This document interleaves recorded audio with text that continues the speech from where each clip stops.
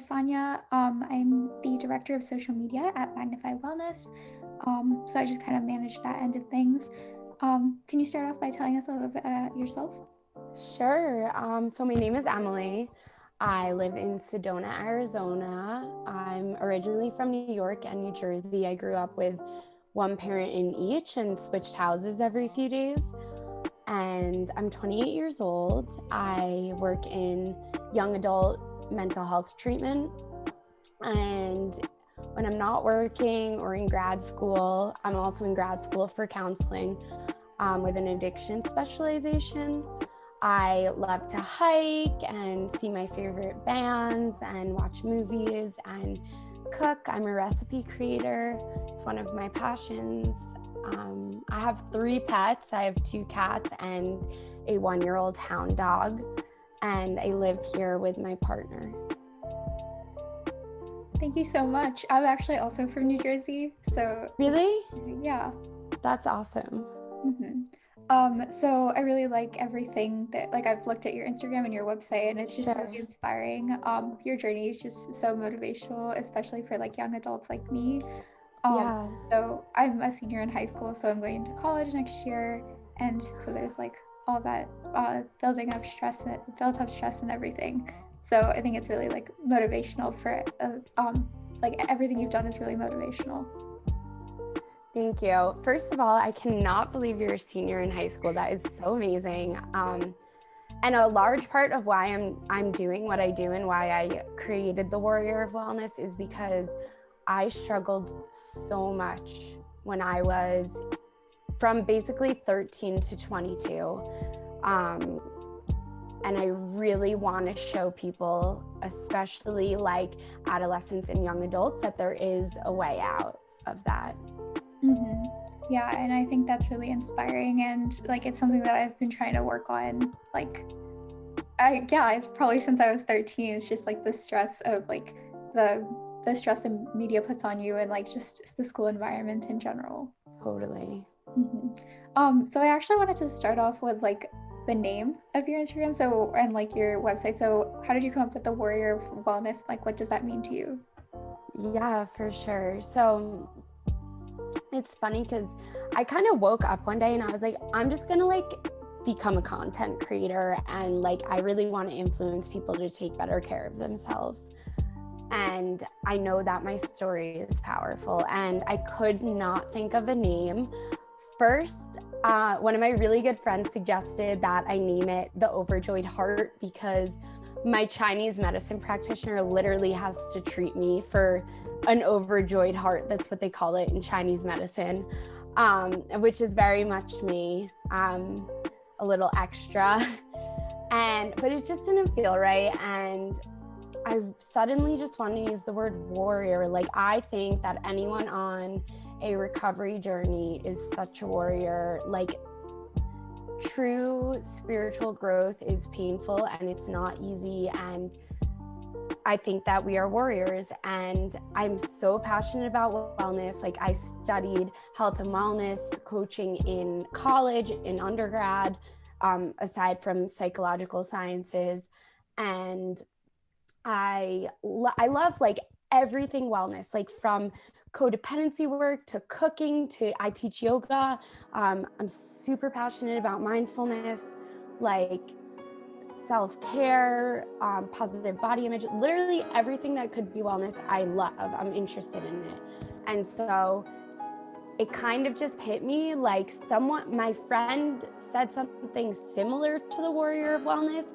And then I just had this moment where it made sense and it wasn't taken on Instagram. So I was like, oh my God, I have to change my page name like right now.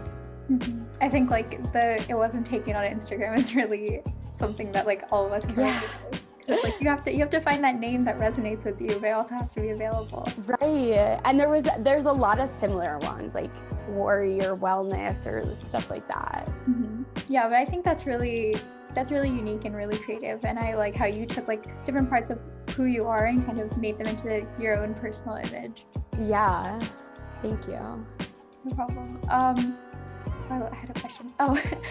You said you teach yoga and you're kind of like involved in like what you said, you're really into wellness. So how did you kind of get into yoga, and how has yoga kind of changed who you are, or like helped you? When I was 22, I enrolled myself in a wilderness therapy program, and like during that time, it was mindfulness based. So every day we would wake up and practice meditation and yoga. And I found myself asking my guides to like wake me up earlier in the morning.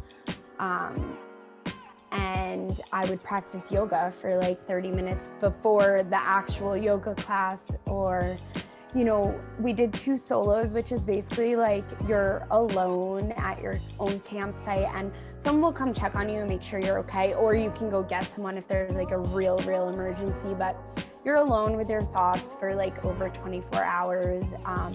You know, I basically had food, a journal, I knew how to make a fire, I had warm clothes and like my tarp and shelter that I made. But using yoga during that time literally gave me so much hope and like inspiration. I remember I did 108 sun salutations during my second solo, and I just came out of it and I was like, I remember telling everyone, I was like, I found God and I'm becoming a yoga teacher.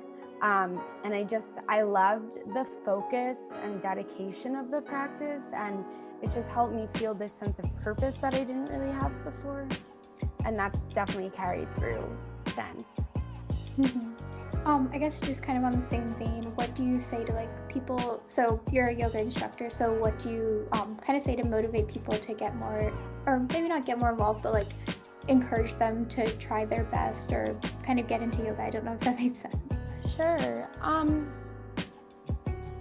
Trying to think. Well, I really try and live by my own practice, and like for me that just looks like sharing my practice and my rituals and what works for me, because that tends to inspire other people to want to get involved. And the other thing that I really do suggest is like, don't try and like fit the mold of like mainstream American yoga if that doesn't feel right. Like, I don't love super fast like yoga classes. I'm very much more interested in the spiritual yoga, the 8 limbs of yoga, which does include an asana practice, but all of it, you know. And sometimes my asana practice looks like a yin practice or a restorative practice. Often it looks like that, honestly. And it's funny because I love to exercise, I love to sweat, but when I'm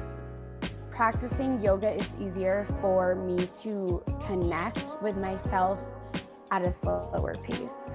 Mm-hmm. That makes a lot of sense, and I definitely resonate Yeah. with like the intersection between using yoga as something that's a little bit slower, a little bit more to focus on yourself versus like working hard or exercising. So Totally. And for some people, they love like a power flow class, and that's amazing. Good for you, but that's not really my thing. mm-hmm. Yeah, that makes sense.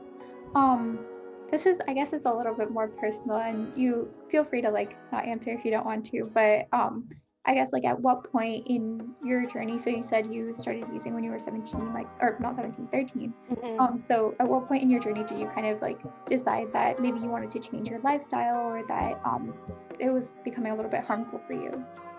Sure. I think if I look back on it, I never used substances normally. Like, I can remember the first time I drank, you know, my friend and I stole 2 beers from my parents, and like, even though I didn't get drunk that time, it was just that like obsession to feel something different than how I felt. And that was always my quest, like to have a different experience than the one I was in, to escape the present moment. Happy, sad, mad, whatever, it didn't matter. That was the goal, unconsciously, of course. But when I was 8, I would say when I was 16, I started really struggling using like more scarier substances and struggling with disordered eating. And I knew something was different about me, but I didn't know what it was. Like, no one talked about mental health ever. And so I just continued to use. And when I was 18, that's when I really was getting severely addicted to speed. And I pretty much stayed in that state just getting worse until I was 22, almost 23. And it was I really knew something was wrong throughout that entire period. Like, I think me going to treatment was an absolute like gift of God, because I just kind of signed myself up. Like, I told my parents I needed help. I didn't even tell them what was wrong with me. I was still lying about what I was doing. I was living across the country. And they were just like, okay, whatever you need. Because they were like, they knew something was so severely wrong with me. They just didn't know what it was. And the fact that I signed myself up and like ended up in treatment was such a God shot, as we would say in the 12-step rooms, because I was so out of my mind. I didn't even go to detox. I didn't tell anyone what I was doing. I just like showed up in Colorado at a wilderness therapy program, and luckily they kind of figured out what was going on with me and were able to like help sort of medically detox me off of certain things that were not safe to come off of. But that, I don't know that I had like a defining moment. I literally woke up like a few weeks into being in treatment and was like, wow, like this is kind of nice. Like, I feel okay, I'm safe, there's like nature, and that I just went with it. Mm-hmm. Yeah, no, that makes a lot of sense. And I think like for a lot of people from like people I've talked to, it seems like it's kind of just like a spur of the moment thing, but it seems it's like very life changing, but you don't realize it until a little bit after. Right. Totally. I guess kind of similar. What would you say to someone who's maybe struggling through addiction or eating disorders or anything like that, and they're kind of scared to take that next step? Yeah. So this is what I wish I would have known. This is like a real disease that people suffer from, and there are real solutions with community. I didn't know that people my age, like I would be in and out of hospitals, getting in trouble, like unable to leave my room for weeks at a time. I didn't know other people dealt with that. Like, I just was like, there's something so wrong with me, and I didn't know what it was. And I think if I really knew that like this was a disease and there was a solution, I wouldn't have been so ashamed to talk about it. And so like, if you are out there and you've got some like secret eating disorder or disordered eating, addiction, whatever it is, like there are people for you to talk to, and there are communities. Like, I have so many friends in recovery now who are in their 20s, and like it's awesome, you know? So there's a lot of hope, but we can't get that hope unless we talk about it. Mm-hmm. Yeah, and I think that's like one of the big things that a lot of people who are so good. I think that's like a big thing that people are trying to like motivate, like trying to start that discussion, because a lot of times it's so stigmatized. Totally. I guess kind of similarly, so for people my age who are kind of transitioning from high school to university, or people who are going from like undergrad to graduate, so like those transitions, how would you say, or like, I don't know how to phrase this, what advice would you give them for like dealing with that transition, especially with any like if they're dealing with any like disorders, like eating disorders or anything like that? Yeah, you know, I think transitions, especially with disordered eating, are so hard because we want to control things, and everything's so new during transitions that we really don't have much control. So I think the best thing in the world to do, like, I wish I could have known this going from like high school to undergrad, just like get a therapist ahead of time. Like, put a plan in place to set yourself up for success. There's nothing wrong with going to therapy when you feel okay. Like I do all the time. I love my therapist, but I have not really severely struggled in years. You know, I have my moments, I have things that come up, but just going to therapy regularly, even if it's once a month, if you have a psychiatrist that you're working with, like set it up ahead of time so that you can have an easy transfer of getting your meds. That's another really important thing that I think some people miss.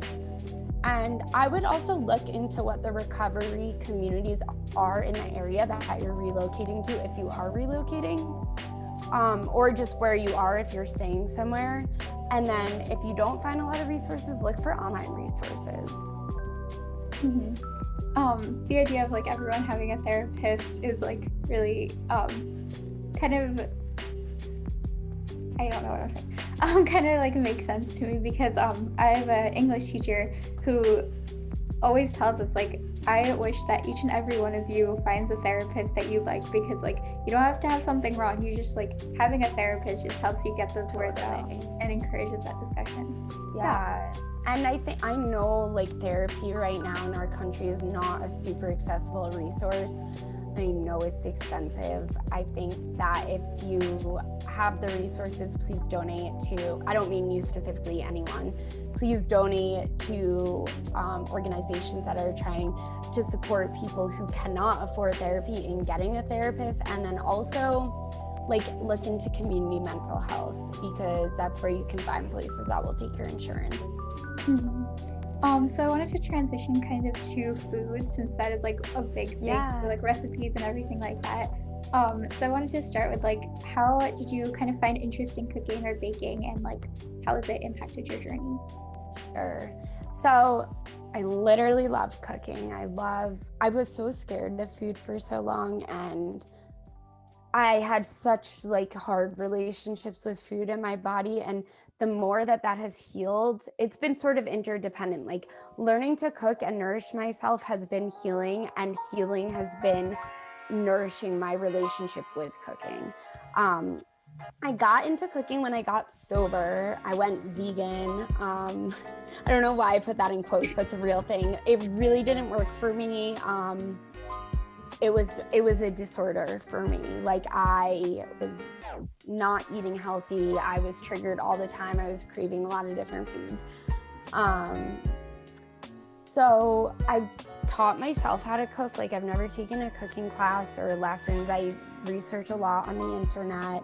I love cooking nourishing, healthy, balanced meals. Like I definitely prefer cooking to baking. I think baking is so hard. I'm not a chemistry person, way more biology. That was my track in undergrad too. But I have found a lot of people on Instagram who follow me, and they're like such big supporters of my baking struggles, and they'll let me like message them if I don't know what to do with a recipe or something, or if it keeps coming out wrong. Like I was trying to make these cookie bars one day, and they literally kept coming out liquid. And so having people like who are willing to mentor me has been really helpful. But I think food is my love language. Like I love to cook for my partner. I love to cook for my friends. All my recipes are gluten-free and refined sugar-free, because those are two things that make me feel terrible. I'm way into intuitive eating. I highly recommend getting the workbook if you're looking to connect with your body and your hunger and fullness cues. It's just so helpful. And there's a book as well. So yeah, I'm certified to treat mental health with nutrition, and I'm really passionate about balancing the right nutrients and looking at labs and doing blood work. I don't do the blood work myself, but having people go and get that done and having me look at it, because so often people are like lacking nutrients they need that are showing up as mental health disorders that aren't actually the issue. And so, not all, of course, like many of my clients are on psych meds and have diagnosed mental health disorders. And also, when our nutrition is not optimized, it's hard to see what's what. And so, I think it's so important to look into that when you are treating any sort of mental health. Even if you're not qualified to do it, I think referring out for that is so important. And I think that makes so much sense, and it's like something I've also struggled with. So back when we went to school in person, I hated bringing lunch with me, or like hated eating specific things, and I felt really uncomfortable in my own body. So going into like I think this is kind of ironic, but like going into quarantine, I started experimenting with cooking and baking a little bit more. And Totally. I found that dairy was not something that worked for me at all. Like it made me feel terrible. Yeah. And so I switched to like plant-based milks, and it's just like my journey with cooking has kind of made me more comfortable with who I am and more accepting of like my body and like, Totally. yeah. So I actually like baking more than cooking. Cooking does not work for me. Oh my God. Well, maybe I'll have to consult you in the future. Yeah. I love that though. I think like quarantine definitely for me too. I'm obviously super busy. I work full time at a treatment center. I'm in grad school. I'm in recovery, you know, and I have cooked so many meals since COVID started, and that's how I started my page, and like really like it's become a creative process for me that I never really had a creative outlet. Like I'm not into drawing or painting. I don't know how to play an instrument, but I love to create food and make it look nice and take pictures of it. Mm-hmm. Yeah, I think like my camera roll has transitioned from like groups to just pictures of food. Yes. Mm-hmm. I think this next question might be a little bit difficult, but if you had to pick one food that was your favorite out of like everything you've made, what would you pick? Eggs. Anything with eggs. Like I love eggs. They've been my favorite food my whole life. My mom said she ate them a lot when she was pregnant with me. So that might be why. So I would have to say if I had to pick any food that's my favorite, it would be eggs. And any recipe of mine that's my favorite, I would say my ginger peanut sauce is amazing. It's so good. Eat it with noodles. You could use some cashews if you're plant-based, or some ground turkey or ground pork if you're eating meat. So good. All right, yeah. I actually don't eat eggs, but that's amazing. And I'll definitely have to try the ground peanut sauce. Because I love experimenting with like some kind of I'll see how I can work it out. I'm not good at cooking, but I will try my best. You'll work it out. I have pretty clear, easy to follow recipes. I think I'm still working on that, but that one is pretty easy. You just whip up the sauce in one bowl. Mm-hmm. Yeah, I'll definitely try that out. I think also kind of along if you have patients who kind of struggle with food and everything, how have you worked cooking into your therapy if you have, and like have you helped people find that relationship with food? Totally. So I do cooking lessons with my clients. I never recommend anyone eat anything that they don't like. I don't, especially if someone's in recovery from an eating disorder, that can be a little bit easier to start sort of working with different foods. But if you're like really in it, I'm not going to really push anything on you. We're going to focus on just eating first. So it depends where you are. A lot of my clients need help with meal planning and making grocery lists. So we'll do that together. Like I'll help them come up with ideas for breakfast, ideas for lunch, ideas for dinner, writing out what the recipes are. Maybe they know how to do all of it. Maybe they don't. And that's when we'll decide if they need a cooking lesson. I work with 18 to like 26-year-olds-ish. So some people have no idea how to cook, and other people come in and they've got more cooking skills than I do, So really just trying to meet people where they're at. I don't put people on diets. I never have, I never will. If someone comes to me and says that their goal is to lose weight and they're not in disordered eating, I'm not going to shame them for it. I'm not going to push my views on it. I'll support you in your health goals and your wellness goals, but I do not prescribe weight loss. Mm-hmm.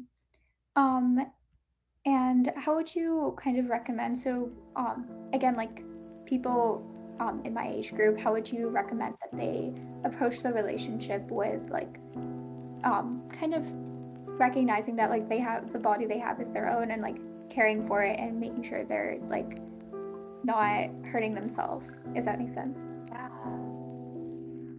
I think I would suggest a couple things. One, get a journal and start to like note your hunger and fullness cues before and after a meal on a scale of 1 to 10. And also like pick a few meals out of the week and journal about how you feel after eating that food. Like pick different types of foods, because I think when we get in our feelings and out of our thinking minds and into like our heart, we are happier and more content when we do things that make us feel good.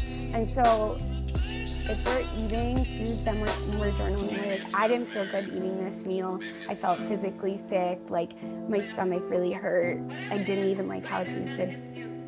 Of course you're not gonna feel good, you know? But if you're like, wow, that was so delicious. I cooked myself this nourishing meal. I feel great. I have energy. Then it's like, oh, that's really positive. That's a really positive thing, you know? And so just starting to get in touch with how we feel in relation to meal time, basically, I think can be so helpful.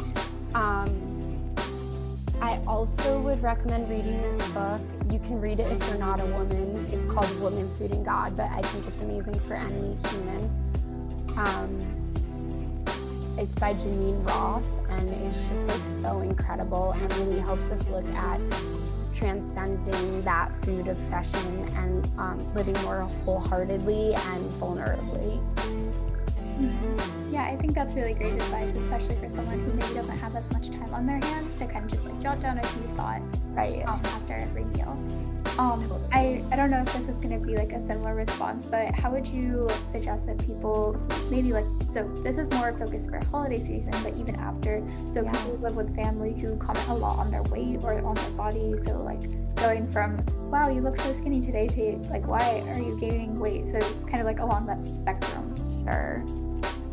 So this is what I did. I have told my family members that I am not open to any comments about my body, positive or negative, period. I don't think it's normal that our culture, like, I don't know what word to use besides normal. I think it's bizarre that our culture feels so entitled to comment on other people's bodies. Like, what? You know, mind your own business, mind your own plate, mind your own body. Sure, if you want to tell me I look beautiful, thank you so much. But other than that, like, I don't want to hear it. And I'll say that to a friend too. Like if someone says something that makes me feel any way that is not welcome, I'm just like, no, thank you. Because the thing is, you could tell me I look so thin and I'll have just as sick thoughts as if you tell me that I look so big. It doesn't matter, you know? So setting boundaries I also have set a boundary that I'm not open to any comments about what I'm eating. Mm-hmm. So. Yeah, and I think that like that really helps, especially for people living with their families right now. It's very likely that you're going to get comments like that. So I think like setting boundaries is a really good thing to do. Definitely. And we can say it kindly. You know, it doesn't have to be like something mean. It can be firm and kind and from a place of I instead of you. Mm-hmm. Yeah, that makes a lot of sense. So those are pretty much all the questions I had for you. I know like I want to keep it under an hour. So do you have any like final comments or anything you'd like to say? I think in thinking about like social media, especially, that's where you found me, that's where I found you. Like, if any page does not make you feel good, unfollow it and then search for ones that make you do feel good. Like, there are so many influencers out there creating amazing positive body image comments, and look for them. Like they'll follow me, as DM me, I'll send you towards them. Like you can shift your perspective on how you feel about yourself and your body. Thank you so much. And there's so many amazing Instagram accounts that I follow as well. So like if anyone watching here wants some recommendations, I would be more than happy to give them to you. Yeah. Thank you. Okay, bye.